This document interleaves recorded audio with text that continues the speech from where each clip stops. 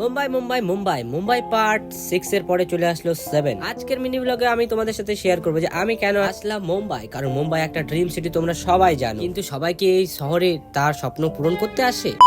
Hello, আমি বিভু, সবাইকে good morning. এই যে মুম্বাই পার্ট রয়েছে, এর মাত্র আর দুখানা পার্ট রয়েছে যেটা আমি তোমাদের সাথে শেয়ার করবো, তারপর আমার মুম্বাই পার্ট শেষ। বাট কথা হচ্ছে যে আমি কেন মুম্বাই আসছি, তাই তো এটাই তোমরা জানতে চাও। বাট সেটা আমি বলতে পারবো না, কারণ এটা আমার একটু পার্সোনাল বিষয়, আর আমি কখনোই চাই না যে আমি আমার পার্সোনাল বিষয় তোমাদের সাথে শেয়ার করে তোমাদের সাথে একটা ইমোশনালি বা সিম্পাথি গেইন করি। কারণ তোমরা আমাকে যেভাবে ভালোবেসেছো, আমি চাই সারা জীবন যেন সেভাবে আমাকে তোমরা ভালোবাসো। যেহেতু আমরা সকালবেলা নেমেছিলাম, তাই সব কাজ আমাদের কমপ্লিট। এবার লেগে গেছিল আমাদের জোরদার খিদা, তাই আমরা সোজা চলে গেলাম ব্রেকফাস্ট করতে। যেহেতু ভোরে আসছিলাম, তাই ব্রেকফাস্ট করতে ভুলে গেছিলাম, তাই অর্ডার করে দিলাম ছোলা আর পুরি। এটাই একটা খাবার যেটা বাঙালির সব থেকে প্রিয়। সকাল সকাল অনেকেই বাঙালিরা খায় এই খাবার, তাই আমিও এক প্লেট নিয়ে নিলাম। আর আমার পাশাপাশি বাবাও খাচ্ছিল, তো বাবার ভিডিওটা করতে ভুলে গেছিলাম। তাই তো খাটনি করার পরে খাওয়ার মজাটাই আলাদা, কি বলবো গাইস, একদম আলাদাই শান্তি মনে হচ্ছে। তারপর খাওয়া দাওয়া কমপ্লিট হয়ে গেলে ট্যাক্সিতে করে চলে গেলাম আমরা রুমে। আর সেখানে গিয়ে ফ্রেশ হওয়ার পর সোজা দিয়ে দিয়েছিলাম ঘুম। তাই দেখা হচ্ছে আবার নেক্সট পার্টে, ততক্ষণের জন্য বাই।